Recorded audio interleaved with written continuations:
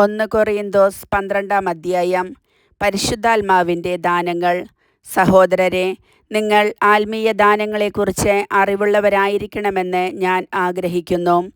നിങ്ങൾ വിജാതീയരായിരുന്നപ്പോൾ സംസാരശേഷിയില്ലാത്ത വിഗ്രഹങ്ങളുടെ അടുത്തേക്ക് അബദ്ധസഞ്ചാരം ചെയ്തിരുന്നത് ഓർക്കുന്നുണ്ടല്ലോ. ദൈവാത്മാവ് മുഖേന സംസാരിക്കുന്നവരാരും യേശു ശപിക്കപ്പെട്ടവനാണ് എന്ന് ഒരിക്കലും പറയുകയില്ലെന്നും യേശു കർത്താവാണ് എന്ന് പറയാൻ പരിശുദ്ധാത്മാവ് മുഖേനയല്ലാതെ ആർക്കും സാധിക്കുകയില്ലെന്നും നിങ്ങൾ ഗ്രഹിക്കണമെന്ന് ഞാൻ ആഗ്രഹിക്കുന്നു. ദാനങ്ങളിൽ വൈവിധ്യം ഉണ്ടെങ്കിലും ആത്മാവ് ഒന്നു തന്നെ. ശുശ്രൂഷകളിൽ വൈവിധ്യം ഉണ്ടെങ്കിലും കർത്താവ് ഒന്നു തന്നെ. പ്രവൃത്തികളിൽ വൈവിധ്യം ഉണ്ടെങ്കിലും എല്ലാവർക്കും എല്ലാറ്റിലും പ്രചോദനം നൽകുന്ന ദൈവം ഒന്നു തന്നെ. ഓരോരുത്തരിലും ആത്മാവ് വെളിപ്പെടുന്നത് പൊതുനന്മയ്ക്കു വേണ്ടിയാണ്. ഒരേ ആത്മാവ് തന്നെ ഒരാൾക്ക് വിവേകത്തിൻ്റെ വചനവും മറ്റൊരാൾക്ക് ജ്ഞാനത്തിൻ്റെ വചനവും നൽകുന്നു. ഒരേ ആത്മാവ് തന്നെ ഒരുവന് വിശ്വാസവും വേറൊരുവന് രോഗശാന്തിക്കുള്ള വരവും നൽകുന്നു. ഒരുവന് അത്ഭുതങ്ങൾ പ്രവർത്തിക്കാൻ ശക്തിയും മറ്റൊരുവന് പ്രവചിക്കാൻ വരവും വേറൊരുവന് ആത്മാക്കളെ വിവേചിച്ചറിയാൻ കഴിവും വേറൊരുവന് ഭാഷാവരവും വേറൊരുവന് വ്യാഖ്യാനത്തിനുള്ള വരവും അതേ ആത്മാവ് തന്നെ നൽകുന്നു. തൻ്റെ ഇച്ഛയ്ക്കൊത്ത് ഓരോരുത്തർക്കും പ്രത്യേക ദാനങ്ങൾ നൽകുന്ന ഒരേ ആത്മാവിൻ്റെ തന്നെ പ്രവൃത്തിയാണ് ഇതെല്ലാം.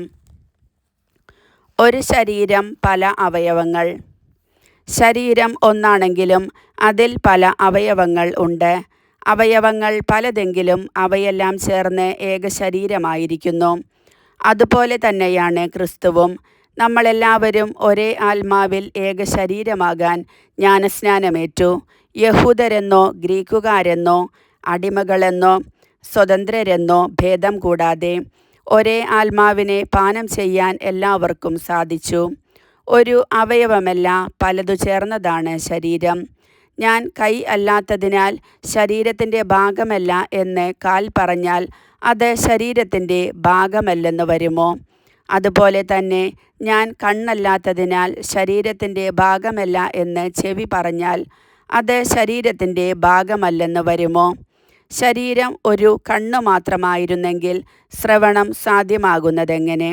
ശരീരം ഒരു ചെവി മാത്രമായിരുന്നെങ്കിൽ ഘ്രാണം സാധ്യമാകുന്നതെങ്ങനെ?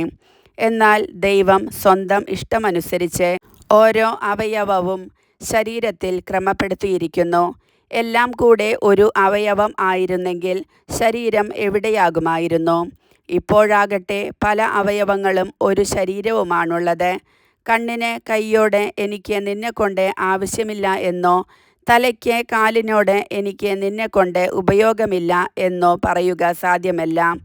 നേരെ മറിച്ച് ദുർബലങ്ങളെന്ന് കരുതപ്പെടുന്ന അവയവങ്ങളാണ് കൂടുതൽ ആവശ്യമായിരിക്കുന്നത്.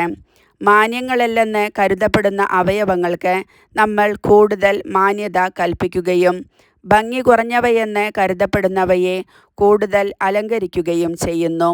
ഭംഗിയുള്ള അവയവങ്ങൾക്ക് ഇവയൊന്നും ആവശ്യമില്ല.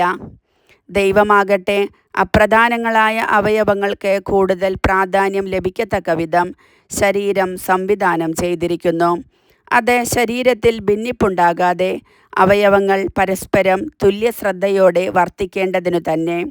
ഒരു അവയവം വേദനയനുഭവിക്കുമ്പോൾ എല്ലാ അവയവങ്ങളും വേദനയനുഭവിക്കുന്നു. ഒരു അവയവം പ്രശംസിക്കപ്പെടുമ്പോൾ എല്ലാ അവയവങ്ങളും സന്തോഷിക്കുന്നു. നിങ്ങൾ ക്രിസ്തുവിൻ്റെ ശരീരവും ഓരോരുത്തരും അതിലെ അവയവങ്ങളുമാണ്. ദൈവം സഭയിൽ ഒന്നാമത് അപ്പസ്തോലന്മാരെയും ബോധകരെയും തുടർന്ന് അത്ഭുത പ്രവർത്തകർ, രോഗശാന്തി നൽകുന്നവർ, സഹായകർ, ഭരണകർത്താക്കൾ, വിവിധ ഭാഷകളിൽ സംസാരിക്കുന്നവർ എന്നിവരെയും നിയമിച്ചിരിക്കുന്നു. എല്ലാവരും അപ്പസ്തോലരോ, എല്ലാവരും പ്രവാചകരോ, എല്ലാവരും പ്രബോധകരോ, എല്ലാവരും അത്ഭുത പ്രവർത്തകരോ, എല്ലാവർക്കും രോഗശാന്തിക്കുള്ള വരങ്ങളുണ്ടോ? എല്ലാവരും വിവിധ ഭാഷകളിൽ സംസാരിക്കുന്നുണ്ടോ? എല്ലാവരും വ്യാഖ്യാനിക്കുന്നുണ്ടോ? എന്നാൽ ഉത്കൃഷ്ടദാനങ്ങൾക്കു വേണ്ടി തീക്ഷ്ണമായി അഭിലഷിക്കുവിൻ.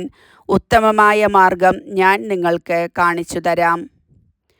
കർത്താവിൻ്റെ വചനം.